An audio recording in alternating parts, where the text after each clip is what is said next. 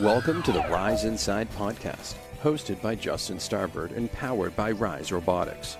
Listen as host Justin talks to experts from the RISE team about topics relating to mechanical engineering, industrial design, commercialization, and innovation. True collaborations work when ideas are integrated at inception to solve significant problems. Rise Inside brings together how the team continues to work with great folks to commercialize ideas. You're listening to the Rise Inside podcast. Here's your host, Justin Starbird. Welcome back to Rise Inside, a podcast powered by RISE Robotics. My name is Justin Starbird, and I am joined by CEO Hiten Sonpal. Hiten, great to see you, man. Justin, great to see you as well. I was looking back. We haven't done this for 2 years. I would have put my jacket on too. I knew this was a momentous occasion for us to get excited about, relaunching the show, so to speak. But why are you dressed up today? So we started to get traction now in our commercial business, and then we recently were awarded this $3 million contract by the Air Force. And so, investors that I'm speaking to have interest. And so we had a major potential investor here, and they write big checks. And so, I wanted to make sure that I dressed up for them so that they felt welcome. Well, But yeah, I'll take their coattails. You look great. thank you. So last time you and I talked, we were at a show in Anaheim to begin 2026 and talking about you just coming off of the heels of the largest crowdfunding campaign of 2025. Looking back, man, it's been quite a year. I mean, you must be so proud. Yes, in the moment it feels like a grind where, and everything that we do, we sort of do a retrospective and think about all the ways in which it could have gone better. But then when we did the year-end review and put it all together so that our investors and our followers knew what we had accomplished, it became clear that we had accomplished a lot. And sometimes you need that perspective of distance to be able to say, oh my goodness, how could we have done any more than what we got done last year? So it felt really good. Were there any moments where you were like, you know what, we're going to be talking about today for a long time? I'd say the biggest moment for us last year was our first commercial sale. And it was not just a big moment for last year, but it is a significant milestone in Rise's history, right? This point of you landed your first commercial customer, and then you're going to start to transition the company from being primarily a contracts research and development company with some sales to the Pentagon, but now to start building up this commercial arm. Um, it's that first sale had to happen at some point, and when it happens, like we can put a pin in it and look back at it. I wanted to get it done within a year of joining. It took a little longer. It took like 13 or 14 months, Yeah. but we're pushing to make it happen. Required putting in place infrastructure, going out and selling the product, actually maturing the product, fixing issues with it, getting to the point that customers wanted it, and then finding the right customer, and in that process, landing on oil and gas, which is a huge opportunity for us, Yeah. with an $11 billion TAM. So that's very exciting. And that's just one vertical, but still to find it, to find the right partner there, to land the sale, and then to basically start rapidly rushing towards a pilot there, just incredible accomplishment for us. Certainly since I've been involved with Rise, which is going on, I mean, I think 5 years now, it's that has been that you're not even giving yourself enough credit for that moment. I think it is truly a not just a milestone, but it'll be something that we look back on and are high-fiving for a long time. But for those of the people that are listening or watching us for the first time and discovering Rise either through this podcast or through one of our awesome social clips that will go out after all this. Can you explain, sort of the core mission behind Rise Robotics and why specifically replacing hydraulics has become such an important challenge to solve?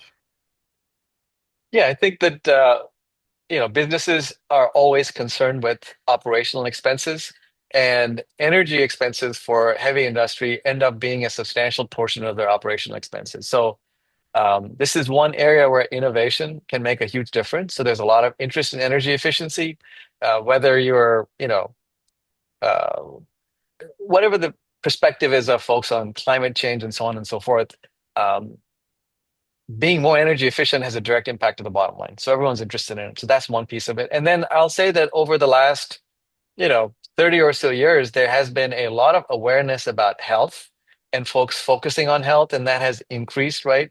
We're now talking about ultra processed foods, right?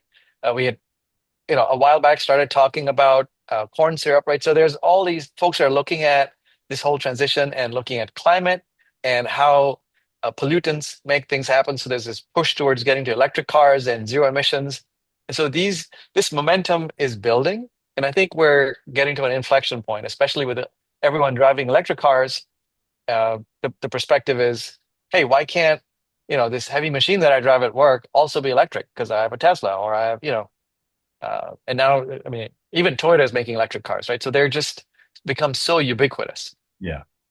You've created this technology breakthrough to be able to do that through Beltdraulic technology, which is the foundation of what Rise is building at its core. Can you, maybe walk us through what it actually takes to be fundamentally different from traditional hydraulics and why that matters? So, you mentioned a little bit about the electrification side of things, but why else? Yeah, so I'll take a step back and talk about the history of RISE. You know that the team was trying to build an exosuit, the founding team, and as part of that Which, by the process, way, if you go back to some of the first episodes, you can hear in detail Blake Sessions, Tomas, Sepp, Kyle Delaquila, and Aaron Acosta discuss that vision and the exoskeleton. So just, scroll back on Spotify just a little bit if you'd like. But yes, keep going. yeah, and so when they were building that exosuit, they ran into challenges using traditional hydraulic systems, and they looked to nature for inspiration. And uh, the human body and really all mammal bodies that have evolved to be very efficient, right? They're calorically very efficient, so you don't have to eat a lot of food to make things happen. Our brain is so much more efficient compared to the AI systems people are trying to build, which consume tons and tons of power, right? That's just one example, but also in movement, we're very, very efficient. And one of the ways in which we're efficient is because we're not pushing hydraulic fluid around, right? We're not pushing liquid around inside the body to make things happen. We're using fibers to pull precisely where we want to apply leverage, even if it's to push. And so they looked at that inspiration as a starting point for efficiency, which would also reduce the size of the things that they were trying to build. And then inspired by that, we built this technology that we now call Beltdraulics, where instead of pushing on a piston with liquid to make it move back and forth, we're pulling on the same piston with contemporary steel belts that are encapsulated with polyurethane that have been used by the elevator industry for safety critical applications. So we're using these belts to pull the piston back and forth just like a muscle. And that's created something that, just like human muscles, is very efficient. We're 3 times as efficient as hydraulic systems. We can operate very fast. We can operate 3 times as fast as hydraulic systems.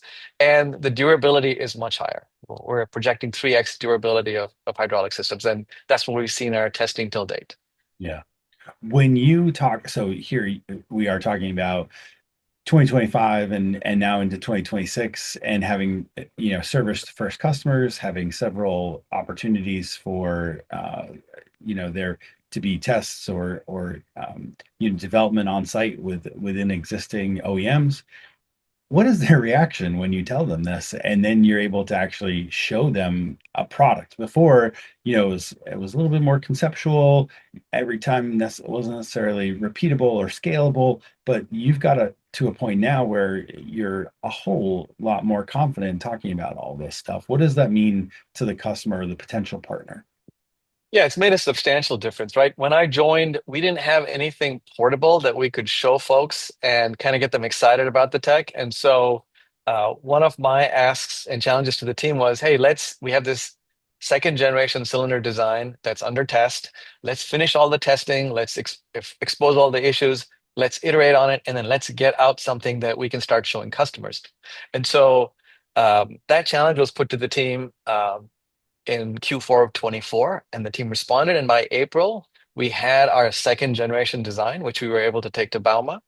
And it's so much better than our first generation design. It can operate in any orientation. It's more cost effective. It can push and pull, and it does so symmetrically.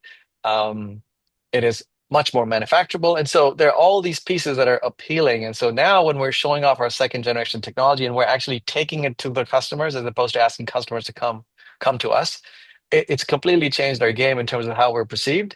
And it's also changed the game in terms of where we actually are, right? We're starting to build these in quantity. We built our first three, they were spoken for. We're building our next batch of five, and we're starting this process of transitioning to production and to eventually scaling up the business.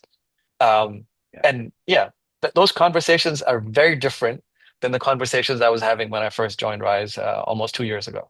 Yeah. Are those customers or the people that you're talking to, are they now with Beltdraulic, with Rise, are they seeing that vision or the roadmap for them to get to fully electrified? Or, are they seeing that shift? Because a lot of times these are industries that have felt left behind, or this is how we've always done it, so they can't change because there's nothing else out there. Are they starting to see that vision? Yes, although I'll say that my approach isn't to try and convince people that or customer that they need to buy us. It's really more about talking to them and understanding their pain points. And every customer that we've started to sell to has an active pain point that they need to solve.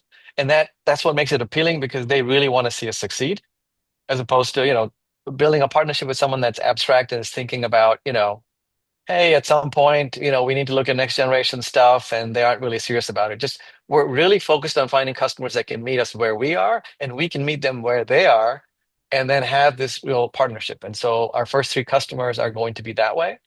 Well, they are that way, um, and that's going to continue here for some time. So I'm not, you know, I'd say just to kind of summarize, I'm trying to find customers that understand the problem already. Yeah. Well, especially if they've got and identified a pain point, I think to your, that makes not only does it make sense, but a lot of those are, either publicly traded companies, and that is a known issue, or it's something they're trying to keep under wraps and, come to you at places like Bauma and are actively seeking something that fits their needs, and nobody knows that there's a fracture or there's an issue going on underneath. So you guys are, we call it Rise Inside for a reason, right? We want to be inside what everybody else is doing, right? That's right. That's right. And absolutely, to your point, like going to shows like Bauma has been important because there we get to show the customers what we can do. And then in that conversation, we start to discover pain points. We just returned from Con Expo last week, and one of the new pain points we discovered was in the fishing space.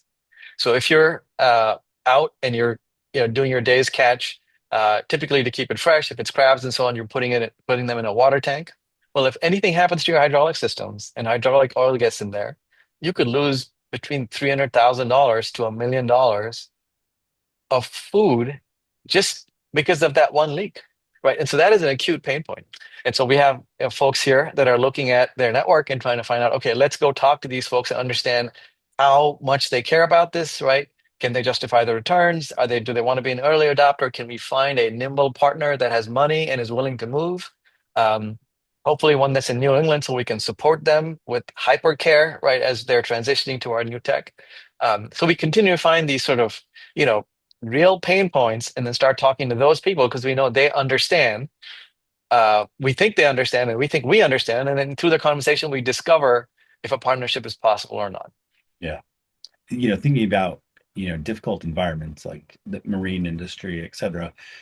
This year you've had several technical achievements, and milestones that the team has been able to, ring the bell for. What was your favorite, or what's one that you are able to talk about that's really exciting? Well, it's got to be the Guinness World Record, right? I mean, even though that's sort of a public-facing event and it has, marketing implications and it has, team energizing implications, I'll say it was a significant technical milestone because we had to prove to a third party that we built something that was the strongest of its kind in the world, right? We built the world's strongest robotic arm prototype that could lift 7,000 pounds at a 7-foot extension. And we had to collect all the data, the video evidence. We had to bring in a third-party test lab. We had to collect all the data. We actually we needed to have a policeman on site to look at the testing and get their signature to make sure that it had all been on above board.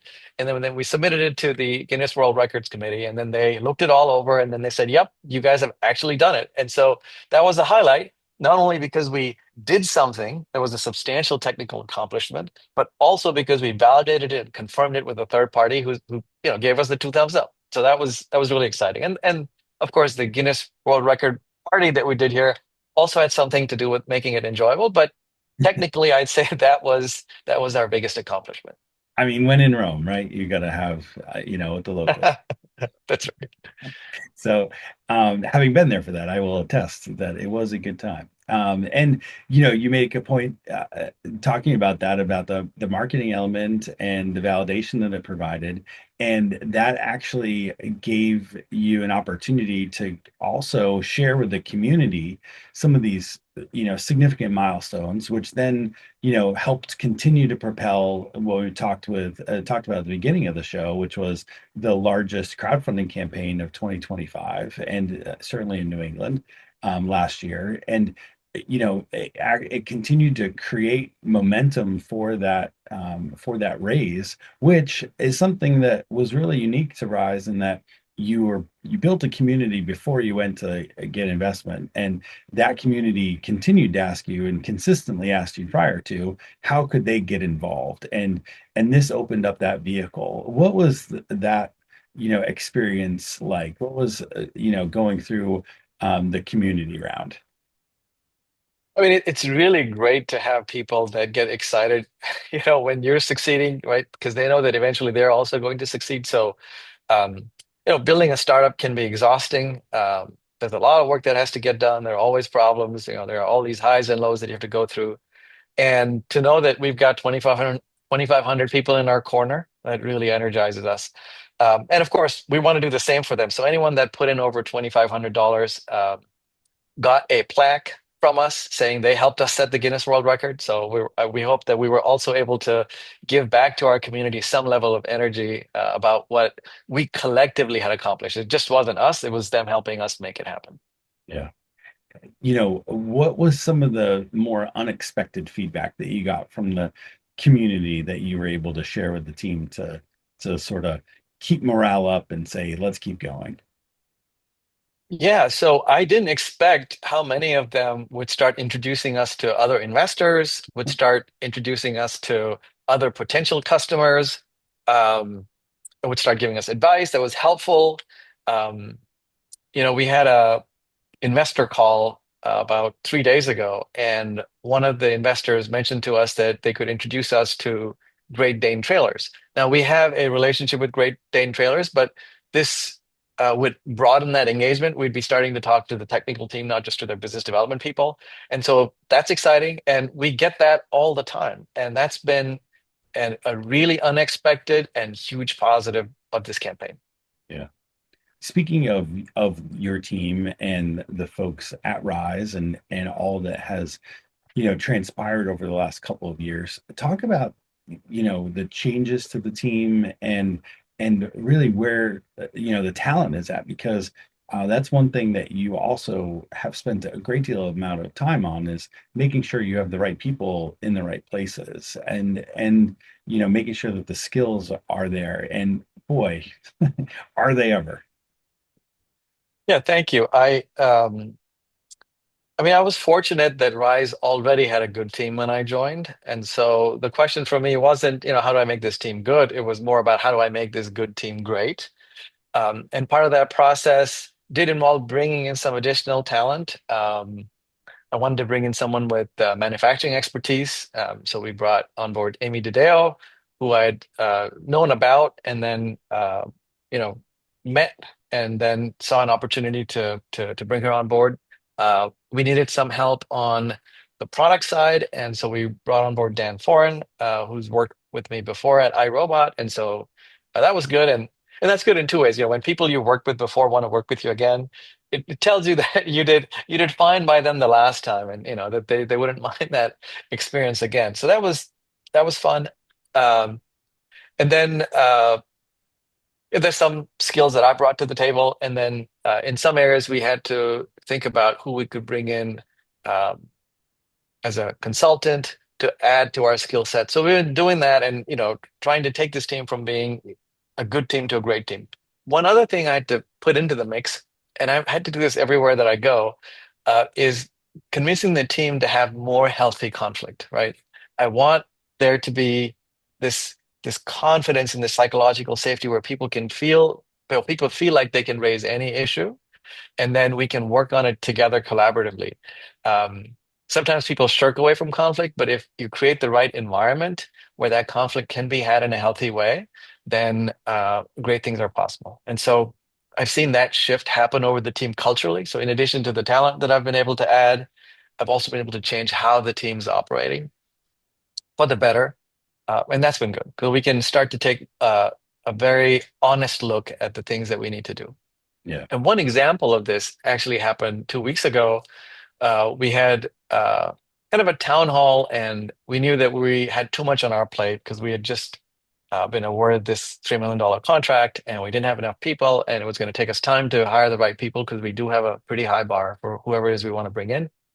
And so we just had a candid conversation with the group about, how do we uh, handle all of this stuff. And so one of the things that came out bottoms up, right, from that discussion was that the team wanted to basically commit to our second generation design and really end any work that we were doing on our first generation design. And then they also wanted to rearrange how the business was running so that we had the cylinder team be the core of the business. And then it had internal and external customers that it was building a catalog for. And so by creating that setup, it really streamlined our meetings. It cut down some of the work that we were doing that was going to eventually dead end anyway. And this was the team doing it because they felt safe telling me, right? So um, basically, the team reorganized the business, right? Ended some projects, right? Changed priorities and told me this is what we need to do. And I was like, this is fantastic, right? Because this level of engagement and ownership only happens when you have an environment where people feel safe about engaging in healthy conflict. So that was one of my proudest moments Yep. as a leader to see that come together. Oh man, that's exciting. I'm like you. I'm the proponent of the best idea wins, regardless of where it comes from. And you want to make sure that that people do feel heard. I think that's one of the ways, especially to continue to retain talent, is to hear them out. And not always is that the right direction you can go in, because sometimes it's just not possible. But to be able to validate that and then maybe come back to it when it is appropriate, I applaud you for that. That is something that is not easy. And as a leader, to be able to implement that and not take it personal, or that it's some knock against you, that yeah, I think that's incredible. And that I would be proud. I would be proud too.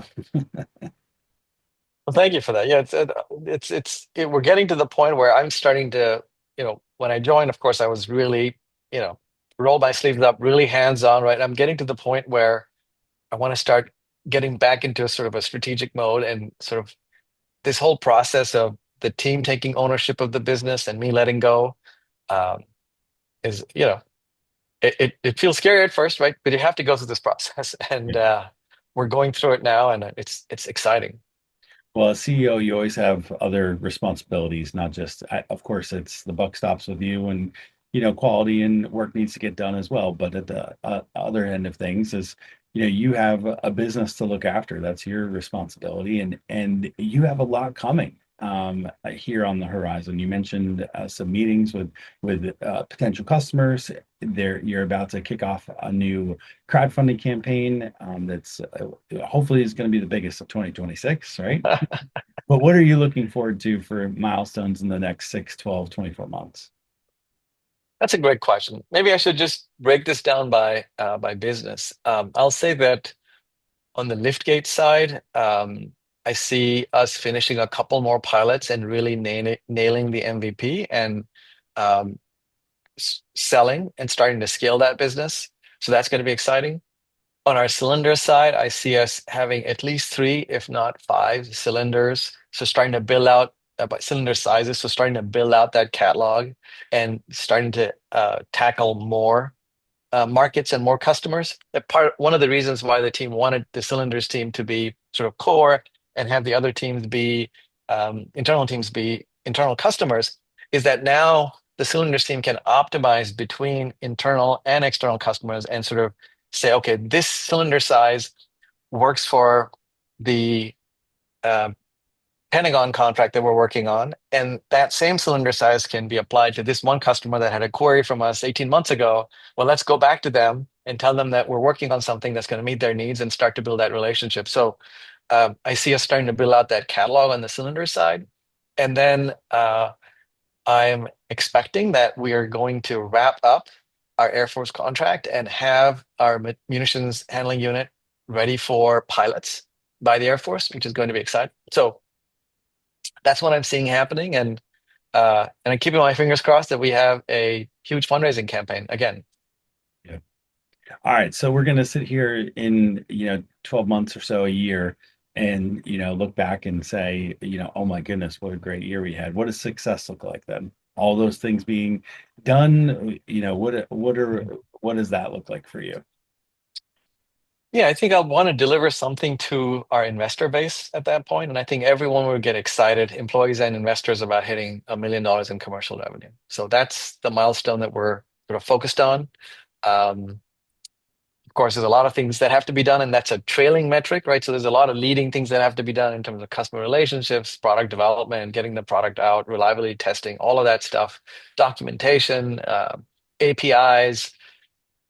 So that's all in progress, but I would be excited to look back and have hit $1 million in revenue at any point.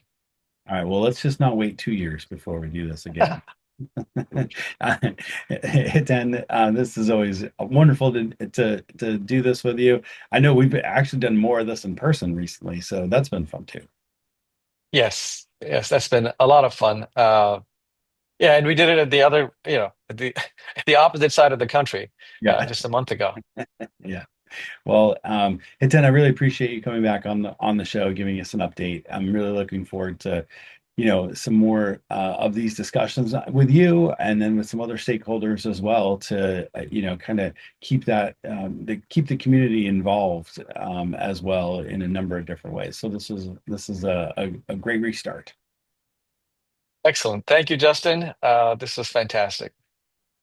On behalf of my guest today, CEO Hiten Sonpal of RISE Robotics, you've been listening to the Rise Inside podcast. Until next time. You have been listening to the Rise Inside podcast, presented by RISE Robotics. On behalf of our guest today and host Justin Starbird, thank you for listening. Please share your feedback on our LinkedIn page